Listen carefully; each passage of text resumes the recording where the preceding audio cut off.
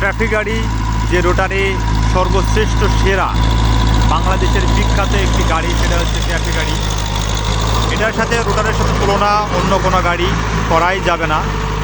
তারপরও কিছু কিছু লোক মনে করে যে অন্যান্য গাড়িতে রোটারের চাষ ভালো হয়।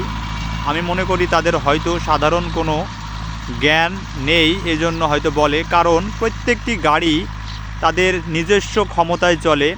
এক একটি গাড়ি এক একটি কাজের জন্য বিখ্যাত।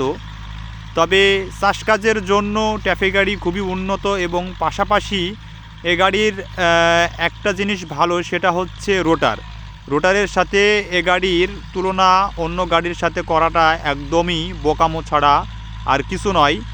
কারণ এর যা ফিনিশিং, অন্য কোনো গাড়ি ফিনিশিং এর সাথে পারবে না। এটা যারা গাড়ি সম্পর্কে বোঝে তারা জানে। তবে কৃষকরা হয়তো মনে করে যে এ গাড়ির চাষ ভালো হয় না, তাদের উদ্দেশ্যেই বলা।